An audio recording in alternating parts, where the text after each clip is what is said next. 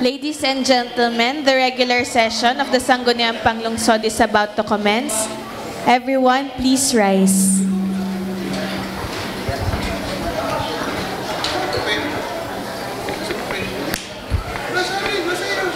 Silence po. As the elected City Vice Mayor and the presiding officer, this 10th regular session is now called to order. Roll call, please. The members of the Sangguniang Panlungsod, Honorable Michael Gerard T. Morada, Honorable Galileo P. Angeles, Honorable Jennifer Spitey Toledo, Honorable Oscar M. Gozos II, Honorable Rio Fernicole H. Ronquillo, Honorable Venice D. Manalo, Honorable Miguel Pilina III, Honorable Merlo P. Silva, Honorable Avior R. Rocafort, Honorable Ralph Peter S. Umali, Honorable Aris D. Macala, Honorable Percival V. Loho, Honorable Windy P. Lat, Honorable Angela Antoinette B. Bautista, and the presiding officer, Honorable City Vice Mayor Camille Angeline M. Lopez. Do we have a quorum? We have a quorum. May I request the Honorable Miguel Pilina III for the leading of the invocation and the singing of the national anthem. Magandang umaga po sa ating lahat. In the name of the Father, the Son, the Holy Spirit. Amen. Heavenly Father, thank you for the grace of being alive.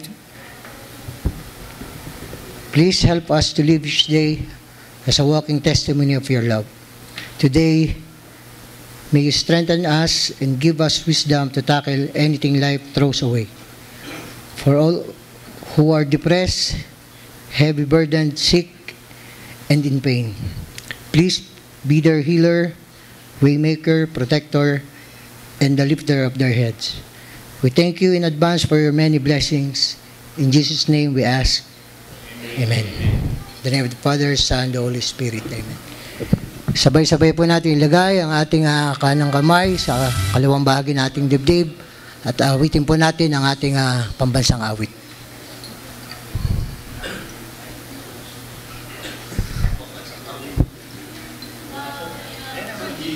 Liw pala sa silanganan, alab ng puso, sa dibdib mo'y buhay. Duyang ay nang magiting, sa manlulupi, di ka pasisiin, sa dagat at tundo, sa simoy at sa langit ng buhaw, ay ginagang tula at awit sa kayang minamahal, ang kisap ng watawat mo'y tagong. Ang araw na kailan pa may di magdidilim, lupa ng araw ng luwal, hatid pagsinta, buhay langit sa piling mo. Aming ligaya na pag may mga api, ang mamatay ng dahil sa'yo. Magaling mga bata.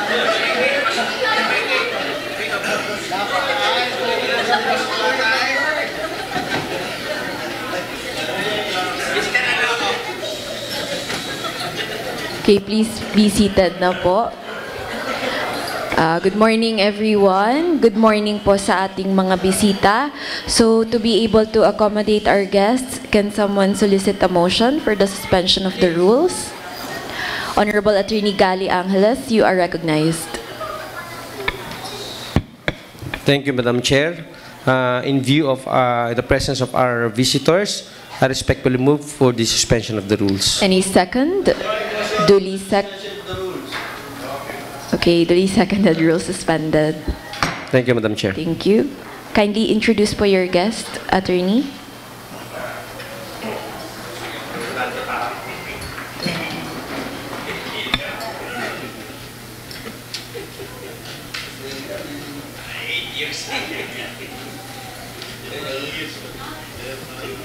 Good morning. Pakiano lang yung volume ko. Sound check. Okay. Good morning, dear councilors, Vice Mayor Camille Lopez. We would like to welcome one of our guests today. This is the Sorosoro Ibaba Development Cooperative or what we call SIDC. It is the largest agri-based cooperative in the Philippines and is first established as Soro-Soro Ibaba Farmers Association in March 1969. With an initial capital contribution totaling to 11,800. The association was organized by 59 farmers from Soro-Soro Ibaba, Batangas City under the leadership of Mr. Victoriano A. Barte.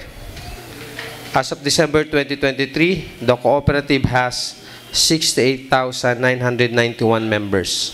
SIDC is engaged in various business activities, primarily feed milling, feeds outletting, and financing of rice, corn, and other food crops commodities, rice milling, livestock production, layer for egg production, consumer retailing, savings and loans, and gasoline station.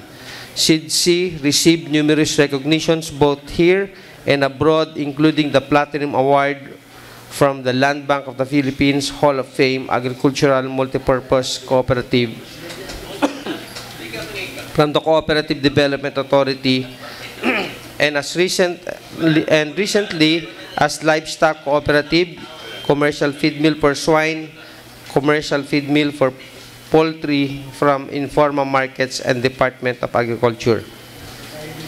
So nandito po sila ngayon para po introduce sa atin yung kanilang kooperatiba at yung po kanilang magiging proposed project dito sa lungsod ng Lipa. Nakausap na rin po sila ng ating mahal na mayor at ngayon po ay hingan po natin sila ng konting background pa ng kanilang mga programa gagawin at ihari dito sa lungsod ng Lipa. Pwede ko po bang maimbita dito si Chairman Dr. Angelito B. Bagi para po ipaliwanag sa atin yung kanyang SIDC. Chairman, welcome po sa Sanggunian.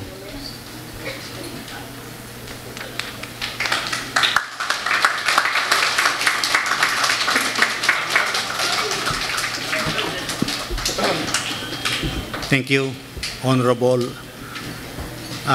Councilor Gali Angeles. Madam Presiding, Honorable Camille Lopez, members of the Sangguniang Pampalusod, your constituencies, my colleagues in SIDC, magandang umaga po sa inyong lahat. Katulad po ng sinabi ni Atty. Gali, kami po ay nagpapasalamat sa kanya, siya ay naging daan namin upang kami makapag-call sa inyo. Nakapag-call na rin po kami sa Honorable Mayor ngayong umaga, and we have stated to him our plan here in, not only in Lipa, but in the Philippines. We are here because of the planned expansion of SIDC, not only in Lipa, specifically on generation of membership. And in doing so, we would like to encourage your farmers, your farmers to plant corn, because it is the number one ingredients for the mixture of feeds. Hindi po nyo na itatanong, kailangan po natin ang almost 250,000 metric tons to 300 metric tons of corn daily. Or kailangan po tayong magtanim ng halos 6 na pong hektaryang mais araw-araw at mag-harvest doon. So, nakakapag-generate po kami, nakakapaglabas ng halos 10,000 bags ng 50 kilos na mais na feeds araw-araw. Dahil po dito, kailangan namin talaga ang maraming mais araw-araw. Alinsunod po dito, meron po kaming ipatatayong grains terminal sa Batangas City upang siyang maging imbaka ng mais na aming mabibili dito sa Pilipinas. At yan po ay maaaring matapos hanggang sa ika-3 quarter ng taong ito. So, pinapaspasan po namin ang programang ito sapagkat ito po ay kasama sa aming 5 years development plan. Kung noon po, ayon po sa nabanggit po ninyo, Attorney Gali, nagsimula kami ng 11,800 during that time, way back 1969. Kami po ay ngayon ay meron ng 6 billion. Pwede mautangan. Mag-member po muna kayo. 6 billion na ho ang pondo ninyo? Ang asset ninyo? Asset. From 11,800 pesos yung 6 billion na. Opo. Wow. So at meron po kaming reputation na pinakamalaking agricultural cooperative sa bansa at pinaka-successful na agri-cooperative sa Pilipinas. Bali, Chairman, meron kayo ngayong programa na para yung may mga may-ari ng lupa na wala namang idle lands, parang binibigyan nyo po ng pagkakataon o naghahanap kayo ng mga idle lands, natataniman ninyo ng mais. Ano? At kayo na rin ang bibili. Yes. Parang ganun ho ang programa na iano natin sa lipa. Ano ho? Opo. Guaranteed na kayo na bibili. Ano ho yun? Yung punla ay doon sa may-ari ng lupa o kayo magpo-provide o government? Pwede pong seed manage yan eh. Kami po magtatanim, kami magmamanage, kami rin po ang bibili. At a guaranteed price here in Lipa. Okay. During the time of buying or selling. So mag-aalaga lang yung may may-ari ng lupa. Pwede pong yun ang mangyari. Tapos bibilhin nyo na rin doon. Yes, sir. Ayan. Nako. Yung mga kalupaan mo, Mikey. Oo. So, Yeah. yun po. Ano pa ho ibang mga ano po ibang mga projects na pwedeng pag-aral namin dito sa ano? Ano ang may tutulong na sanggunian? Just in case kung ano? Of course, sa policy po. Policy. Sa policy na maging friendly sila, kayo, sa mga negosyo namin na dadalhin dito sa Lipa. Yun po lamang. And then, a while ago, nakausap nga namin si Honorable Mayor. Ang sinasabi niya po ay baka daw po pwede kaming magmowa. Interesado siya doon sa pagbili ng aming bigas. Interesado rin siya sa doon sa pagkonsumo ng dahil kami po mayroong gasoline station dyan sa may Banay-Banay. Sabi po namin, pwede naman mag-member, doon mag-gasolina yung mga transportation, mayroong patronage refund. And then pwede rin mag-save, mag-invest. Meron ding pinapatawa din every year ng patronage refund. Dito sa Lipa, mga ilan po ang members ninyo? 2,400 more po. or less. Tapos kayo po ngayon ay presently magpupunta kayo sa mga barangay para mag-recruit ng mga members natin. Yes, sir. Yes, sir. Actually, meron po kami ng mga member sa somewhere in Antipolo. May co-part po kami dyan. Yung pong ABC lamang ay wala ngayon. Sana maganda sana kung ma-meet din nyo rin. Kaso nasa seminar po yata. So, siguro later on, pag kami pagkakataon, amin po ipamimiting din sa inyo ang ABC President namin para po ma-endorse kayo sa iba't ibang mga kapitan po namin. Marami pong salamat. Dito po sa ating mga kasama, meron po pa kayong mga clarification. Ito po dati ang presidente ng Pit Millers dito sa lungsod ng Lipa. Kilala ko po siya. Thank you, Attorney. Madam Presiding Officer, good morning sa lahat po ng aming mga bisita. Mr. Bagi. Ang unang humawak si Mr. Bagi, di ba? Si Doc, oo. Kapatid ko po. Alam nyo, Chairman, subaybay ko ho ang Sitsi. Yung pamula nung tayo nagkaisip, kasi una naman ipinanganak si Sitsi, siguro sabay lang, ako nga lang ay bata pa musmos. Pero nung as years goes, lumalakad, tayo nga ho ay pinagkalooban, nagkamaroon tayo ng pagkakataon na maging presidente ng Pit Millers noong 2003 hanggang 2011. Nag-resign lang ako at ako ay na-elect. I got elected last 2010 at hindi ko na nga ho kaya. Tapos pumalit ho sa akin si Pinsamped Kalaw. Yon. Nakita ko ang inyong paglaki at napakaganda. Almost na lampasan pa ninyo ang Limcoman ng konti siguro. At kayo ang pinakamalaking kooperatiba sa buong Pilipinas. Naulit ni Attorney Gali na how can we help? Anong maitutulong at mahal ko rin po ang sektor ng agrikultura at ako ho ay nag-chairman ng agriculture noong 2010 hanggang 2013 which is now chaired by Honorable King Umali. Ako ay laging natulong sa magagandang naisip ni Kuya King para sa lungsod na Lipa. How can we help? Paano ho kami makakatulong sa pagkakataong ito sa SIDG? Katulad po ng nasabi ko kanina, basta yung policy ninyo na nilalabas, We will. friendly sa mga co-op. Hindi lamang po sa SIDG, kundi sa lahat ng co-op dito sa Lipa. Opo. Marami pong cooperative dito.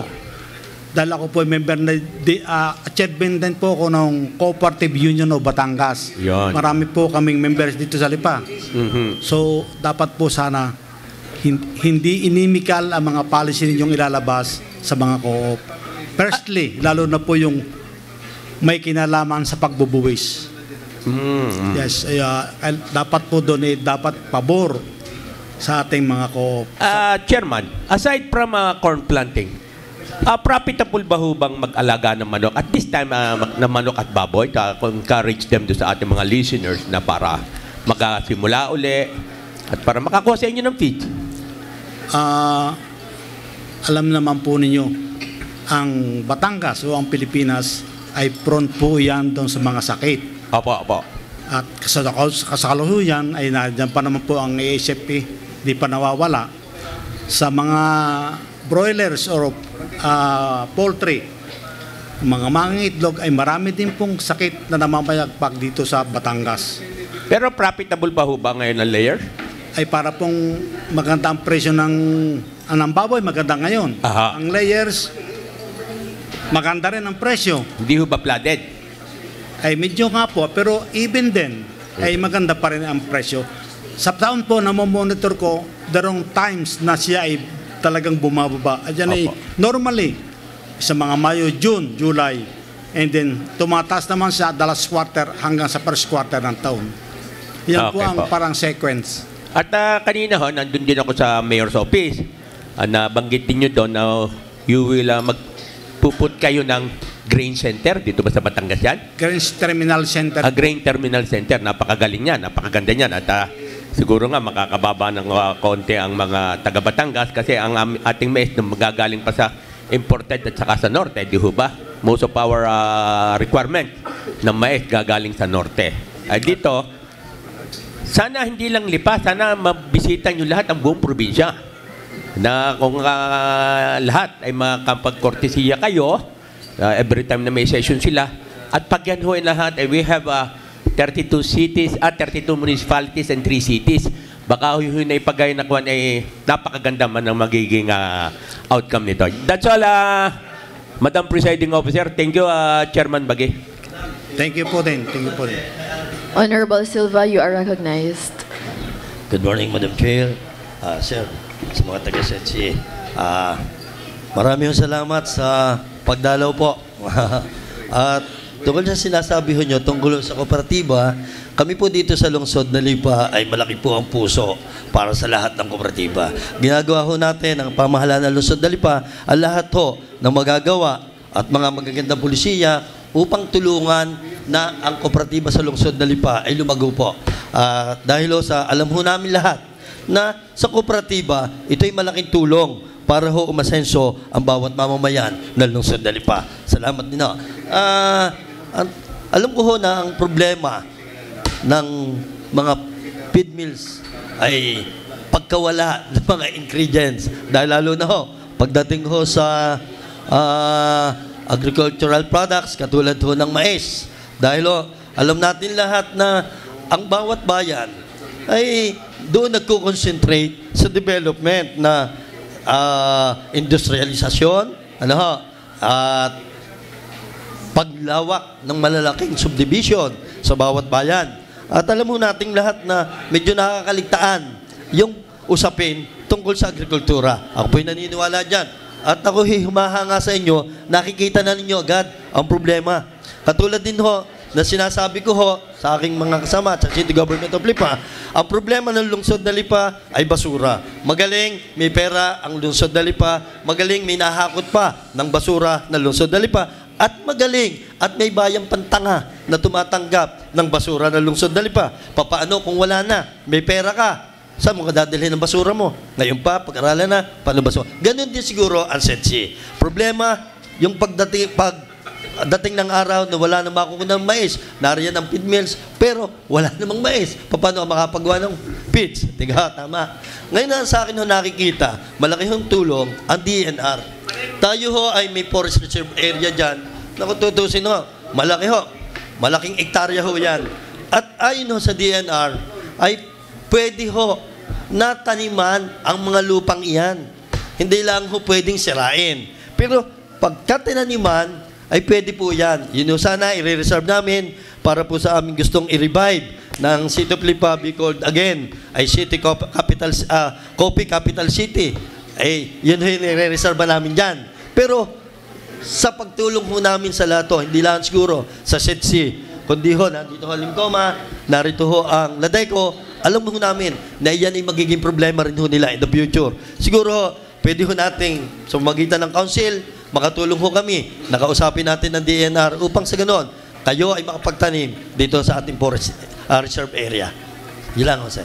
Marami pong salamat, Councilor Silva. Thank you po. Malaki pong tulong yan sa amin.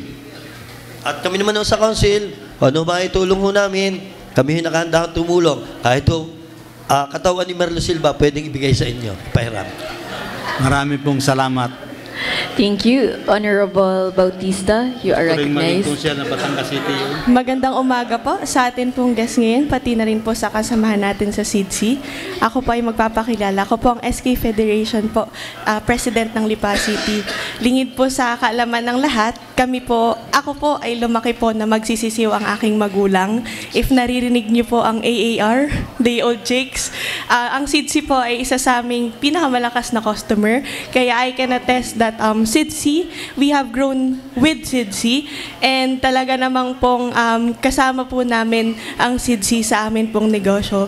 So it is very nice to see ito pong SEDSI ngayon po sa Sangguniang Panglusod. We welcome you po to the City of Lipa, and please expect our cooperation po with your initiatives. Yun lamang po. Thank you. Thank you very much, Honorable SK Chair. Honorable Avio Rocafort, you are recognized.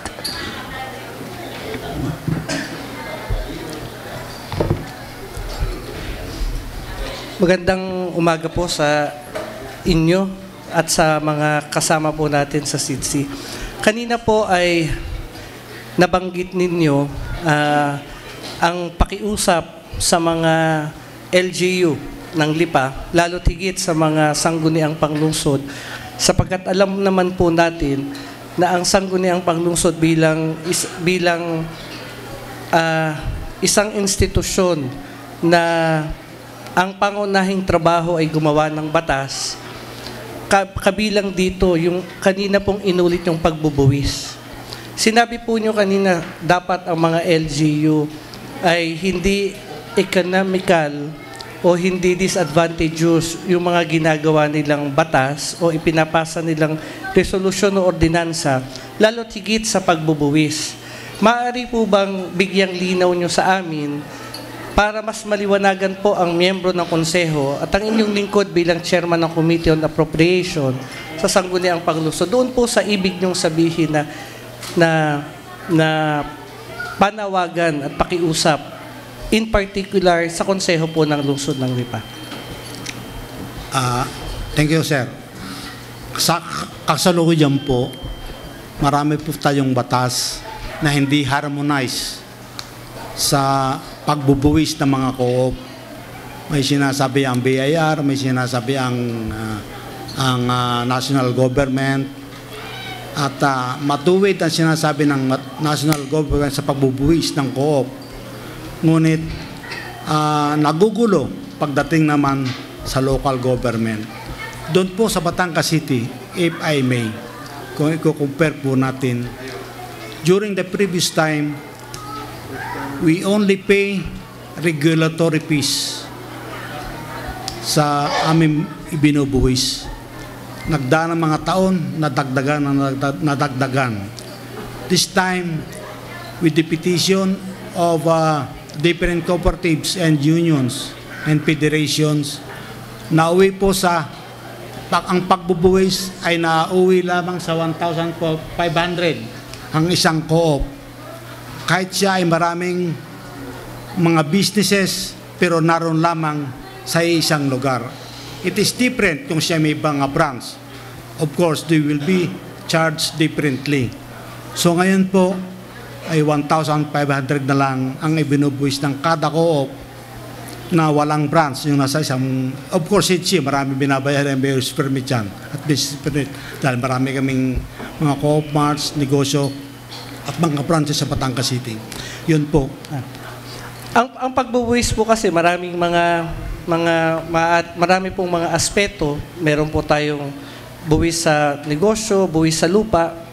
Iba-iba po kasi yan. Pero may batas din po tayo na nagsasabi na exempted ang ating mga kooperatiba sa ilang mga buwisan o mga regulatory fees. Ito po ay national law. Kaya lang, dahil po sa LGU, meron po kaming local government code na sinusunod na kung saan dito po namin nakukuha yung kapangyarihan namin pagdating sa fiscal autonomy ng pagbubuwis. Ang amin pong binubuwisan ay yung sa real property tax. Ito po yung ibinubuwis ng mga LGU sa mga nagdinegosyo dito po sa lungsod ng Lipa. Pangalawa, sir, maaari po bang malaman na kung yun po bang, sabi po ninyo, 63,000 ang members po natin ng kooperatiba. Pag ikaw po ba ay empleyado ng SIDC, ikaw po ba ay automatic member ng SIDC o hindi? Dadaan po kayo sa pre-membership education seminar.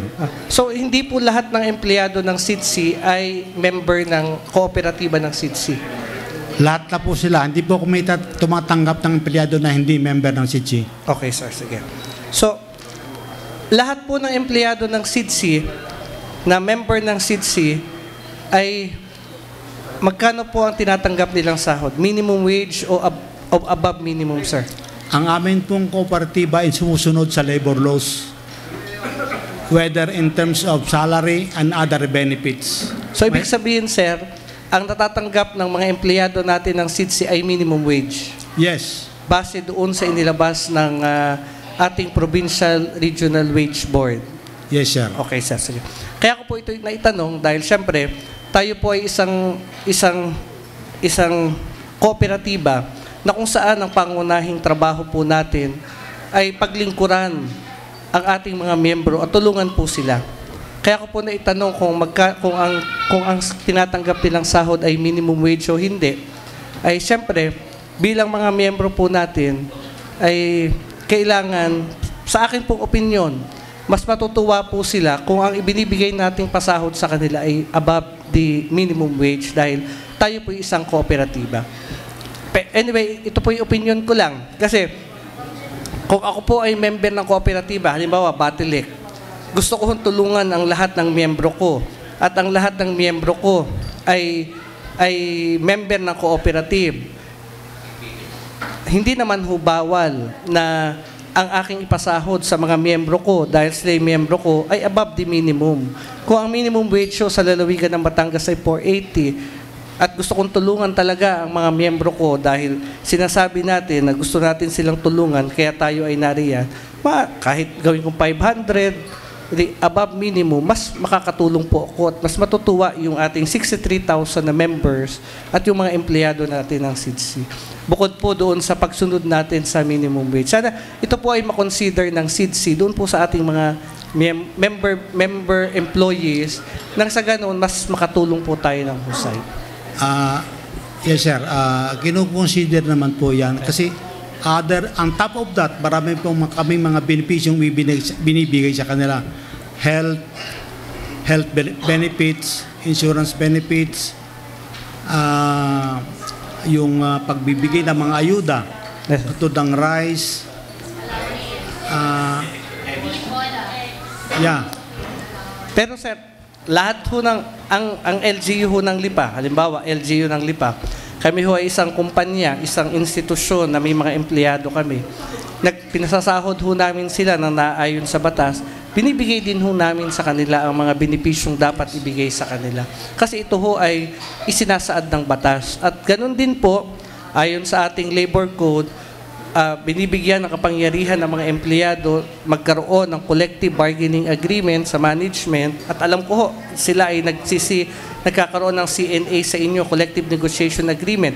Kaya po nagkakaroon tayo ng iba't ibang mga benepisyo tulad ng rice allowance at iba pa pong mga benepisyo galing sa inyo. Pangatlo, sir, tanong.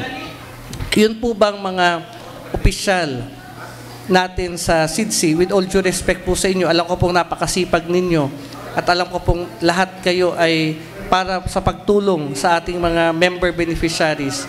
Ano po ang tawag sa tinatanggap ninyo? Honorarium o sweldo po?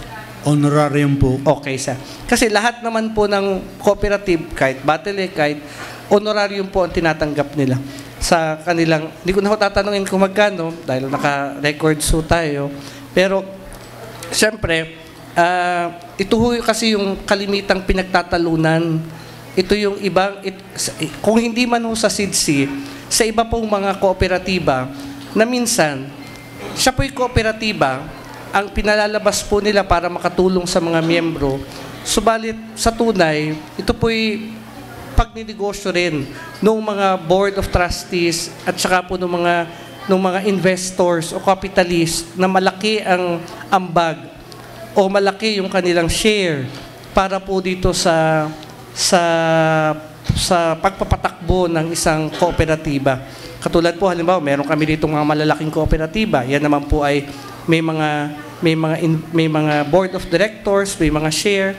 So ito po yung kalimitang nagiging fallacy pagdating po dyan. Kaya po minsan, ito po yung konsepto ng kooperatiba pagdating po sa ilalim na iba po. Kaya sana po, hindi po ganun ang pagtatayo ng SIDSI. Ang konsepto ng pagtatayo ng SIDSI at mas makatulong po tayo sa ating mga miyembro. Hindi nga po ganun, sir. Napaka-transparent po namin sa systems namin and processes. Kami po ay merong tinatawag na mga batas o policy sa conflict of interest at napaka-vocal po kami sa mga ganyan. Hindi po pwede sa amin mag-invest ka na mas malaki pa ng mahigit sa 10% ng share capital ng SIDSI. Hindi po pwede yun. Hindi rin po pwede yung mga kamag-anak namin o ano ay pumasok sa kontrata. Yeah, yes. Sige po, maraming pong salamat, sir. Kung natuloy ho si Konsehal Mikey na gobernador na kakakandidato, sana ho makikita tayo sa Batangas dahil ako ang provincial admin ni Konsehal Mikey. Kaya lang, hindi ho eh. Kita nyo ho sa na-postpone pangarap. Last term ko na ho, sayang naman. Kaya marami tayong tagapakinig. Kung gusto niyo akong patakbuhin sa ibang posisyon, dahil sayang naman ho ang aking talino at ang aking nalalaman, patakbuhin niyo ako nang hindi ako nagastos. So maraming salamat po sa SIDSI. Sana ho maging ehemplo kayo ng lahat ng kooperatiba sa atin. Pero i-consider po ninyo yung aking obserbasyon. Bilang kooperatiba, kung ang layunin po natin ay makatulong sa 63,000 members natin at sinabi po ninyo kanina na ang mga empleyado ng SIDSI ay member din ng kooperatiba ng SIDSI, sana po maging ehemplo rin tayo na bukod sa mga benepisyong natatanggap nila, above the minimum ang atin pong ipasahod sa. I-consider po ninyo kung na hindi naman babaksak yung SIDSI dahil syempre tayo po ay balanse yung atin pong pagkukwenta, baka malugi naman sobra ang SIDSI. So, pero pag-aralan din po ninyo, sir. Well, noted po, sir, noted. Above the minimum. So, nagsisinungaling, nagkamali si sir.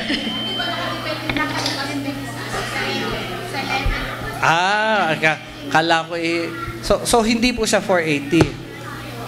Okay, sige po. Thank you.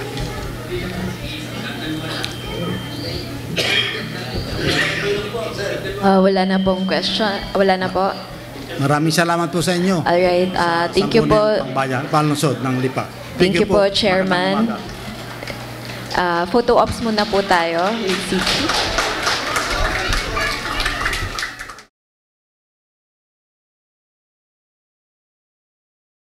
I would like to acknowledge Honorable Bautista.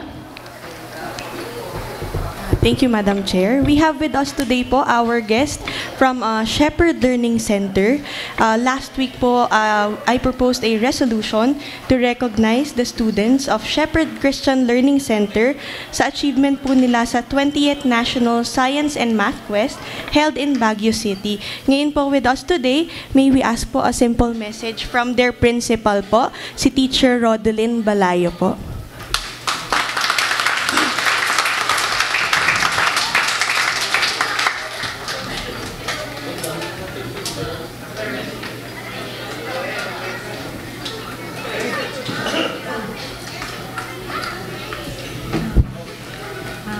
Magandang umaga po sa ating lahat.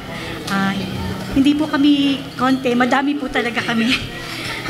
Salamat po sa earliest warm welcome kanina ni Doc Loho and the rest, and for the invitation of Mrs. Olan, one of the parents, of our school's parents.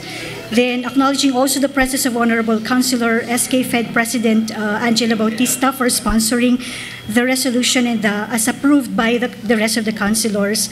Taking this opportunity to thank also our mayors and vice mayors' good office, including the whole task force. Mabuhay po kayong lahat. We are just one of those small schools who survived in the pandemic, and thank you so much po that we are again being heard. This day, we are really privileged po and proud to be honored. Thank you po for this experience sa ating mga bata, simply for being a part of the success of the program purpose. Malaking bagay po talaga ito sa aming mga bata, sa aming mga magulang. Siyempre, sa suporta din po ng ating mga parents and the coaches, sa ating mga teachers, and sa mga sponsors nila. Kasi hindi naman po namin kayang bitbitin ng lahat ng mga batang ito with their help. Salamat po. And congratulations po sa ating lahat. Proud here to represent Lipa. Rest assured po that we will continue to be a partner institution to hone the skills of the children. Just like what we always tell the children, they should do their best for God's glory. Dahil aanhin naman nga po ang talino at lakas kung hindi naman po ito ibabalik sa tunay na nagbigay at walang pagkatakot sa Kanya. Salamat po sa pag-accommodate sa amin, and proud to be Lipeños. To God be the glory po. Basahin ko lang po yung title ng resolution. So we present this resolution number 148, a resolution recognizing the Shepherd Christian Learning Center's achievements in the 20th National Science and Math Quest held in Baguio City on February 23 to 25, 2024. This is on joint motion of Honorable Angela Antoinette B. Bautista, Honorable Michael Gerard T. Morada, Honorable Merlo P. Silva, Honorable Abior R. Rocafort, Honorable Percival V. Loho, and jointly seconded by Honorable Jennifer Spidey Toledo, Honorable Venice Manalo, Honorable Ralph Peter S. Umali, Honorable Aris D. Macala, and the Sangguniang Panglungsod of Lipa City approving the said resolution. Congratulations po ulit sa ating mga students and parents for this achievement po. Ayan po. God bless po sa ating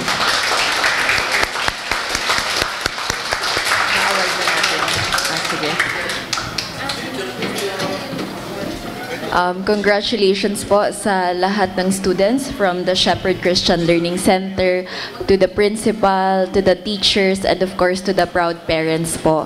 You always make Lipa proud po. Thank you for representing Lipa. Thank you po. Photo ops muna po tayo.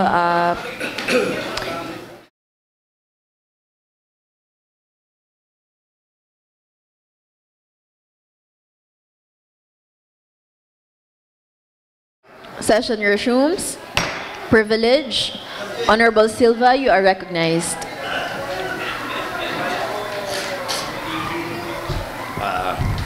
Hello. Magandang umaga, Madam Chair. Ngayon Marso 14 hanggang 16 ay magkakaroon ho ng Barako Fest dito sa lungsod ng Lipa. Initiated by the Honorable Congressman, Senator, at ngayon ho ay DOF Secretary Ralph Recto, at ito ay isang malaking event na sa akin yung tingin, Madam Chair, ay siguro mabuting pag-aralan na ito ay ma-institutionalize. Tayo naman dito sa lungsod na Lipa, as a new chairman of Cultural and Historical, ay tayo ay naghahanap ng festival na pwedeng gamitin sa lungsod na Lipa. Baka po pwede na itong Barako Fest ay mai-consider na mapag-aralan. Baka ito na ang festival na hinahanap po ng lungsod na Lipa at magiging akma sa lungsod na Lipa. Bagamat hindi pa di yan matatapos dahil sa kasulukuyan, tayo ay naghahanap pa kung ano talaga ang tunay na akma na festival na dapat nating idaos sa lungsod na Lipa. Pero ako'y naniniwala na itong Barako Fest, ito ay isang unang hakbang para lalo nating makita ang kung ano talaga ang lungsod na Lipa. Sa magitan ng ganitong mga festivities ay mai-encourage natin ang mga taga-Lipa na lumahok din sa ganitong klase ng festival, Madam Chair. So, please refer it to the proper committee to study this matter. Matter brought up is referred to the Committee on Culture and Arts. Madam Chair. Yes, you are recognized, Honorable Rocafort. If the speaker, okay lang po ba na for interpolation and for clarification only, Madam Chair. As I can. Madam Chair, maganda po yung panukala ni Consel Menlo. Dahil ito po ay matagal na rin nating nilalabi yung Barako Fest. Pero marami po kasing ibig sabihin ng Barako, Madam Chair. Very masculine, ano? Masculinity that reflects the attitude of the Batanggenyos. That is why it is called Barako, or the product na nakilala po ang lungsod ng Lipa because during the time of the Spanish era, Lipa City was awarded as Villa because of the coat of arms granted by Queen Elizabeth II during that time, because Lipa City produced a huge amount of Barako coffee that supplies Europe during that time, Madam Chair. So, which is which? What is the intent of the organizers in Barako Festival? Is it the masculinity that reflects the Batanggenyos, or is it the product na nakilala po ang lungsod ng Lipa, Madam Chair? Siguro, Madam Chair, kaya nga ako dapat pag-aralan. Tama ho, dahil tayo ay nakilala ang lungsod ng Lipa bilang Coffee Capital City, lalo na Kaping Barako. Kaya siguro, pwede nating isama ito sa isang pag-aaral na hindi lamang yung pagiging masculine ng Barako Fest, kundi nandyan na rin ang kape. At sa tunay, Madam Chair, kami ni Consel Gali nag-usap, siguro, tama ho na baka sakali na ma-revive natin na lungsod ng Lipa ay maging Coffee Capital City, at siguro i-required natin na lahat, katulad ng Jollibee, McDonald's, lahat ng establishment dito na nagsiserve ng pagkain, ay baka pwedeng i-require natin na sila ay mag-serve ng Kaping Barako. Madam Chair. Siguro isa ho yan sa pwede nating panimulan. Upang sa ganon, ma-encourage natin na dito sa lungsod na Lipa ay tayo ipatuloy. Patuloy tayo na nagsusumikap na ang Kaping Barako ay atin binibigyan pa rin ng pagkakataon, binibigyan din natin ng buwang para Madam Chair, una po, baka po ma-misinterpret, we support the Barako Fest being initiated by Congressman, Senator, and now the OF Secretary Ralph G. Recto. With the support, of course, of her wife, the former governor, the province of Batangas, Governor Vilma Santos Recto. Baka sakaling magiging Batangas. Kaya lang, Madam Chair, if you look at the sino gang pipiliin pa niya? Wala na si ano eh. Pero Madam Chair, if you look at the if you look at the program of the Barako Festival, wala po doon tungkol sa kape. Yes. So it is a festival, it is called Barako Festival, but in the program, wala po tungkol sa kape. Yes. Pangalawa, Madam Chair, yun pong yung pong panukala ni Consel Merlo, hindi man gusto, panukala, proposal, that we make Lipa as the coffee capital of the Philippines is impossible. Because Cavite, particularly Amadeo, Nandiyan na.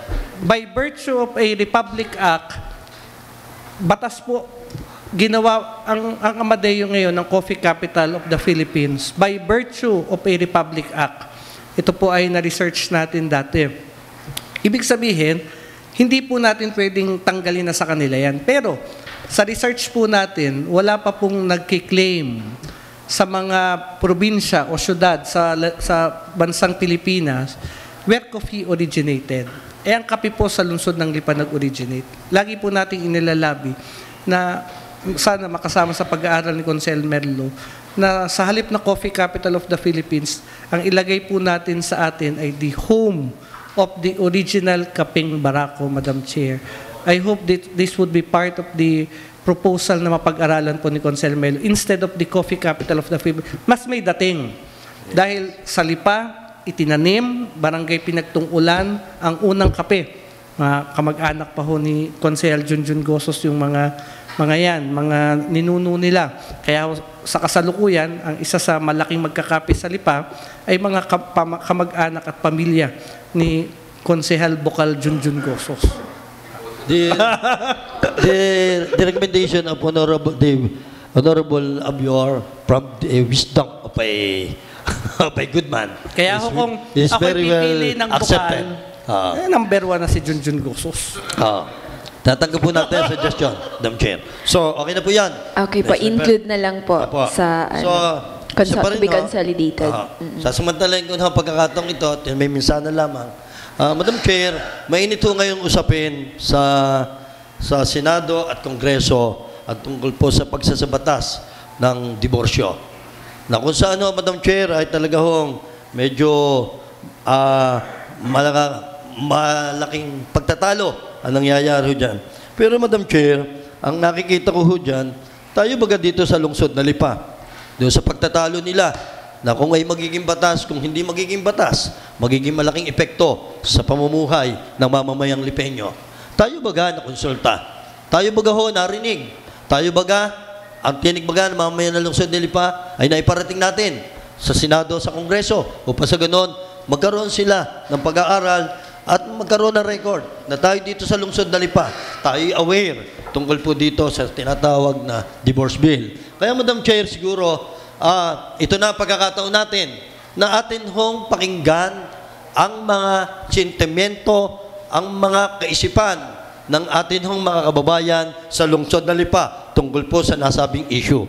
Tayo ho ay, siguro, marami ho ang may gusto na makipagkaroon ng diborsyo. Hindi pa. Hindi pa. Lapit-lapit na. Siguro ho, marami rin naman siguro ho ang aayaw sa diborsyo. Bago ho ito, malaking usapin. Kaya siguro ho, ito ay tayo mismo dito sa Sangguniang, pakinggan natin ang tinig ng ating mga kababayan sa lungsod na Lipa. Upang sa ganon, kung ano ang tinig ng nakakarami nating kababayan sa lungsod na Lipa, isatinig naman natin sa Kongreso at Senado upang sa ganon, pagbabalangkas nila ng batas na iyan, ay tayo ho ay narinig. Nakita kung ano ang sentimento ng mamamayan ng lungsod na Lipa. Please refer it to the proper committee na sa ganon magkaroon ng malawakang konsultasyon sa ating mga kababayan sa lungsod na Lipa. Matter brought up is referred to the Committee on Women and Family. Yes. Thank you, Madam Chair. Isa pa, Madam Chair.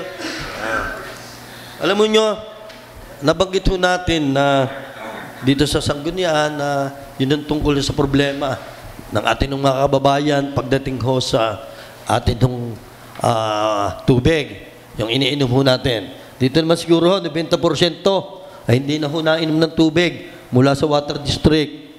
Palagay ko, puro tayo, mineral na. Even the water district ay hindi rin ho nainom ng tubig nila.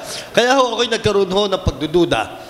At doon ho sa mga narinig ko ho, mga daing ng ating mga kababayan, ay tayo ho ay nagsagawa ho ng sarili ho nating pag-aaral, nagkaroon ho tayo ng sarili nating investigasyon in aid of legislation. At nakakatuwa, Madam Chair, ang Water District ay very cooperative sa ganun bagay. Kaya ho, ako humingi ho sa kanila noong resulta noong tubig sa lungsod na Lipa. Nagkaroon ng mga water sampling at lahat ho ay binigay sa atin at nakakatuwa po, yung base sa kanilang record ay negatibo. Negatibo sa minerals, negatibo sa bakterya.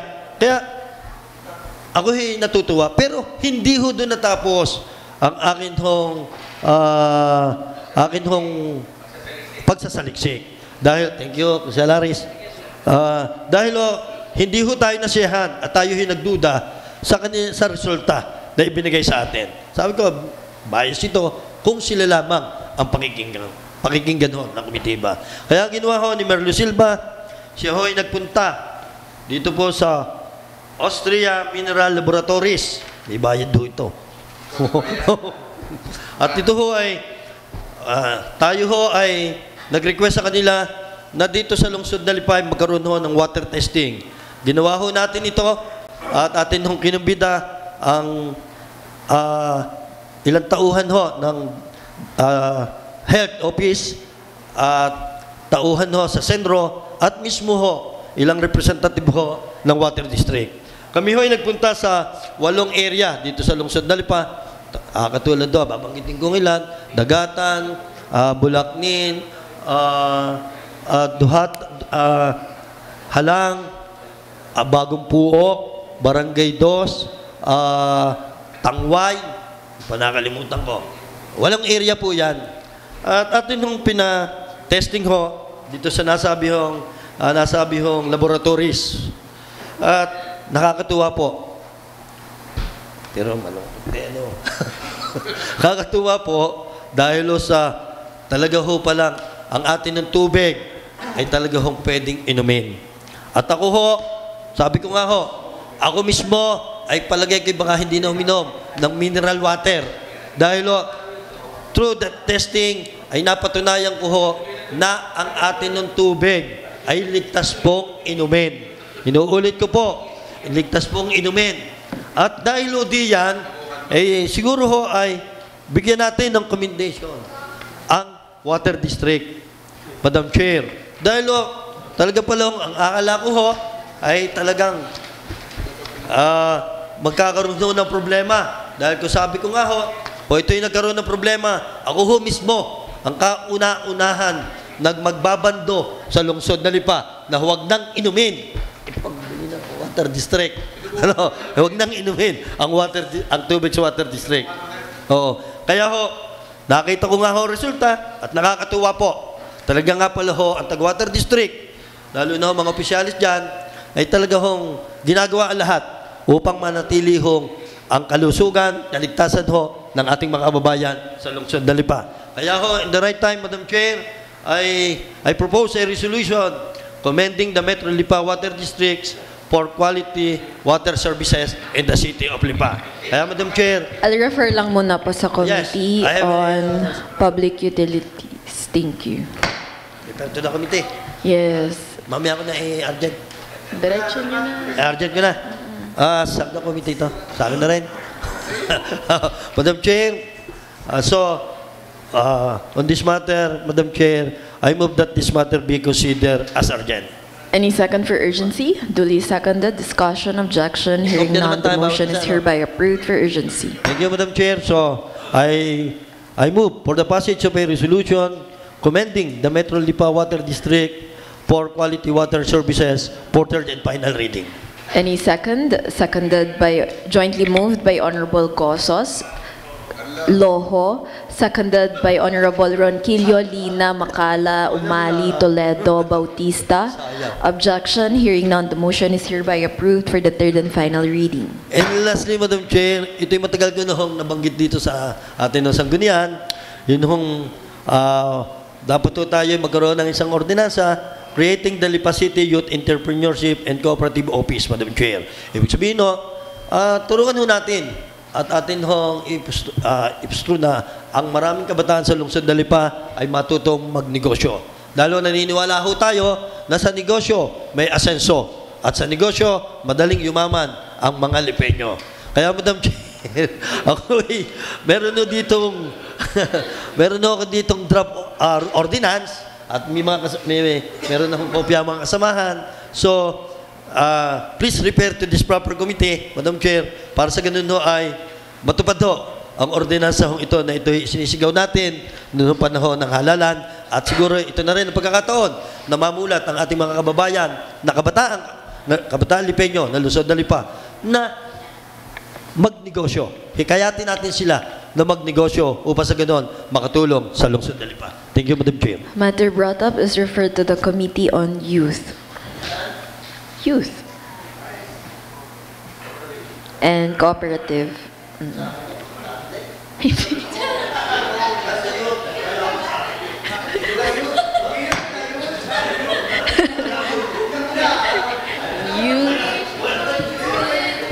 Youth. Vice. Yeah, and also likewise referred. Wag na. Wag na. Vice, pwede kang lang para kung kanino po naka-refer para po kasama pag pinag-aralan, Madam Chair. Madam Youth Chair, and Cooperative. this is an ordinance creating the Lipa City Youth and Entrepreneurship and Cooperative Office. Hindi po ba ito magiging redundant sa atin pong current and umbrella office na City Cooperative Office, considering na meron na po tayong City Cooperative Office, Madam Chair. This is another office aside from the City Cooperative Office. Madam Chair, siguro doon nga kaya pinarefer natin sa komitiba na mapag-aralan at kung maaari nga tingnan natin kung ito ay papasok na magkaroon talaga ng Youth Cooperative Office or kinakailangan isama pa sa Cooperative Office na meron tayo. Kaya Madam Chair, kaya nga sinabi ko na ito'y ma-refer sa tamang komitiba at na sa ganun mapag-aralan. Through the help of Honorable Abior, sa akin palagay, eksperto yan. Pagdating sa kooperatiba, ay makakatulong ang isang Kunsel Abior, the future provincial governor. Oh, di ba? Administrator. Administrator. So, sana po ma-consider yun na part na lang po ito ng City Cooperative Office instead of a separate office. Kasi kung biruin nyo, youth entrepreneurship tapos isang opisina agad ang ating i-create, Madam Chair. Hindi naman to mandatory office provided po doon sa mga devolution na ibinigay ng national government, Madam Chair. So, yun lang po ang suggestion ko na part na lang ng City. Thank you, Madam Chair. Thank you. Thank you. Privilege. Yeah. Okay, you are recognized, Honorable Rocafort. Napuri na kita kanina bukan. Madam Chair, I would like first to personally congratulate the Kolehiyo ng Lungsod ng Lipa, particularly the College of Criminology, for ranking number 3 in the recent board examination for criminology courses, Madam Chair, and passers. Out of the 57, 58, 57 po ang pumasa, Madam Chair. Kaya lang, bagamat pinupuri po natin ang College of Criminology, sinasabi rin po natin na hindi po dapat ranking ang maging basihan para sabihin natin na maganda ang turo sa isang eskwelahan. Dahil pinakamahalaga po na dapat ituro ng eskwelahan ay ang values and character ng isang mag-aaral. Dahil ito po ang magiging pundasyon nila at tuhubog sa kanila kapag sila ay naging pulis na. Ito ang magiging gabay nila sa pagtupad nila sa tungkulin na napapalibutan sila ng mali at maduming sistema sa ating kapaligiran. Our vision should not be how to change the world, but how to change ourselves, Madam Chair. Ito dapat ang nasa isip ng ating mga bagong board passers na criminology kung sila ay matatanggap na pulis. Hindi po nila kayang baguhin ang mundo na ginagalawan nila sa pagkapulis. Pero kaya po nilang itigil at wag gayahin ang ginagawa ng mga seniors nila nang sa ganoon huminto na ang mga maling gawain at mapalitan ito ng mga bagong sistema, Madam Chair. Para ito ay magawa po natin, ako po ay nakikiusap sa chairman ng education na mag-schedule na po tayo ng hearing para mailatag ko na po. Ilalatag ko na po doon yung atin po mga proposal. Maimbitahan po natin ang deans ng iba't ibang colleges, ang student organizations, ang mga iba't ibang student organizations, student council, kung may gusto pong umattend na estudyante, mga magulang, dahil ito po ay gagawin nating public hearing, Board of Trustees ng Kolehiyo ng Lungsod ng Lipa, Madam Chair. Nang sa ganon, maging handa ang Kolehiyo ng Lungsod ng Lipa sa mga hamon na haharapin nila sa mga darating na panahon sa pagbubukas po naman natin ng College of Medicine sa pangunguna ulit ng ating Mayor Eric Africa. So, alam niyo naman po, si Consel Junjun ay magiging busy na pagdating ng mga panahong parating sa kanyang kandidatura bilang bukal dahil kalaban ho yata niya si Makmak Luansing at saka si Bibong Mendoza. 3 ho ang kakandidato, may pang-4 pa ata, 2 lang ang pipiliin. Pero isa hong boto ko kay Junjun Gosos na, isa na lang ang wala. Sino kaya? So, Madam Chair, to reiterate my privilege speech para po masimulan na ang hearing at matapos na ay yun po ay pakiusap ko sa chairman ng EDUC. Kami po i-coordinated na lang sa Chief of Staff ni Consel Junjun para sa schedule ng mga hearing. Maraming pong salamat. Alright, thank you po. Referred to the Committee on Education. Privilege, wala na po. We now proceed with the reading of the minutes of the preceding session and approval of the same. Honorable Attorney Gali Angeles, you are recognized. Thank you, Madam Chair. I respectfully move to dispense with the reading of the minutes of the preceding session and the approval of the same. I'm referring to the minutes of the March 6, 2024 regular session. Seconded by Honorable Loho Rocafort, Umali, Lina, Makala. Discussion, objection, hearing none, the motion is hereby approved. Thank you, Madam Chair. Proposed ordinances and resolutions for second reading. Honorable Avio Rocafort, you are recognized. Madam Chair, I move that we dispense reading of Committee Report on Finance 2024-007, the request of the City Mayor addressed to the honorable members of the Sangguniang Panlungsod through Vice Mayor Camille Angeline Lopez requesting the August body for the passage of a resolution granting authority to the City Mayor to purchase car sedans, 5, with police mobile setup and motorcycles, 5 units also, with police patrol set up for the use of the Philippine National Police, Lipa City. Likewise, to purchase motorcycles for the use of the city government of Lipa, various offices for appropriate action be adopted, Madam Chair. Any second? Seconded by Honorable Cosos, Lina, Makala, Umali, Loho. Discussion, objection, hearing none, the motion is hereby approved for the second reading. Madam Chair, I move that we dispense reading of Committee Report on Finance 2024-007, letter B, the request of the City Mayor addressed to the members of the Sangguniang Panlungsod through Vice Mayor Camille Lopez requesting the August body for a passage of a resolution granting authority to the City Mayor to purchase 1 unit of fire truck, 1 unit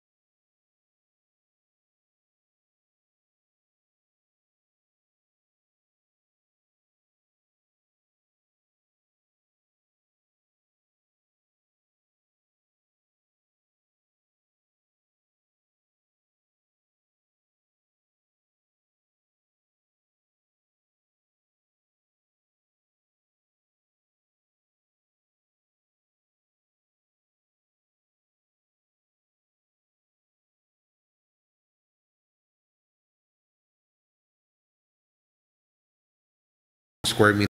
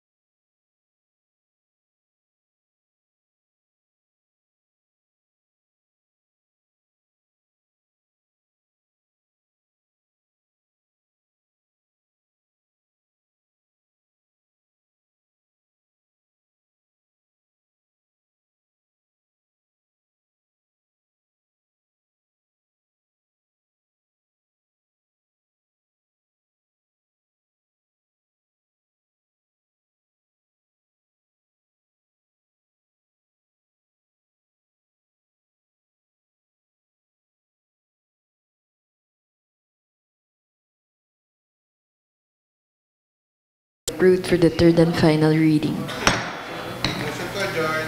Any second? Duly seconded. Session is now adjourned. Thank you so much po.